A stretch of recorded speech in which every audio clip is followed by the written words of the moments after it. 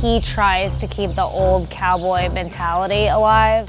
You know, if Jagger was hurt really bad, obviously I wouldn't want him to hurt himself worse or do something that he shouldn't, but you just have to be a cowboy.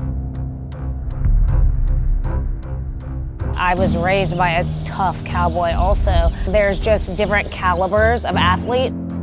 Some people can keep going and ride through pain.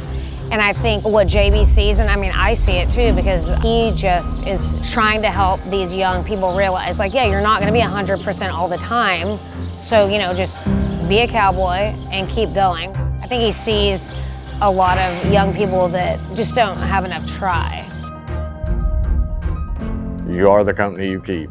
You gotta be tough. That's part of it. And if you're not tough, you better figure out a different line of work. Whether it's in this practice pen or whether it's at a bull riding or whether it's for $1 million or a gold buckle, you go at it the same way. I can say it now because I'm a proven fact. One day it's here and the next day it's gone. I think there's a reason a lot of guys won't come over here and get on bulls, because there's a lot of guys around here that ride bulls. But they'll go somewhere else before they'll come here, because I'm not very sympathetic about it. I've rode with broke legs and tore up and beat down, and there's plenty of times I probably shouldn't have rode, but I did because I had it in my head that I could still do it.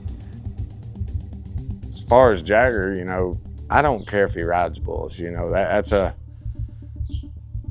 a profession that makes you a lot older than you really are. It ages you real fast. Somebody asked me, they said, do you want him riding bulls? I said, it's not my decision. I'm not gonna live through him. You know, every day when we buck bulls here, it's the hardest thing in the world for me to do is just stand back there on the bucking chutes and not be able to get on one. Because now, you know, I see a guy get bucked off one here and I'm like, man, I could have rode that one.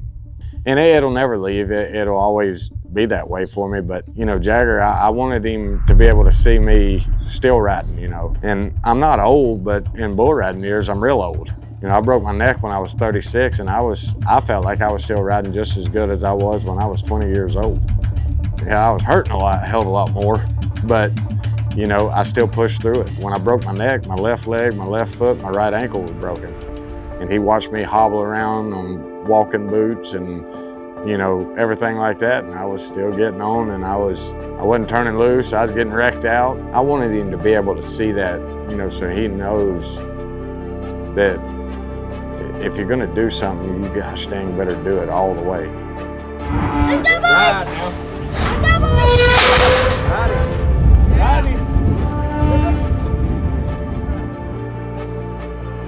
It makes you very nervous because he has no fear, which I mean is good and really scary all at the same time.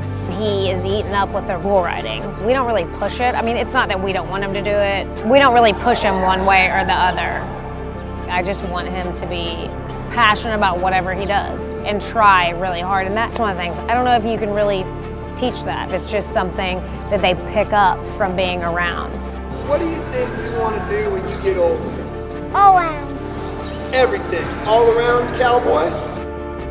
Jagger, it's fun. It's hard at the same time as just being fun, because it's hard. I mean, that's my little boy. And when he gets thumped on one of them calves or, you know, something like that, your first reaction is just to, but I don't. It's hard for me because I've been on wrecked out bulls, underneath bulls, and been in some bad situations. And it's not near as scary as me standing there watching him nod his head and go out there on his own. Because I've always told him, I said, man, you're gonna hit the ground, you're gonna get in wrecks. I said, but I promise you one thing, if there's any way I can make sure you don't get hurt, I'll be there for you, bud. Watching him grow up, it's the best part of my day now.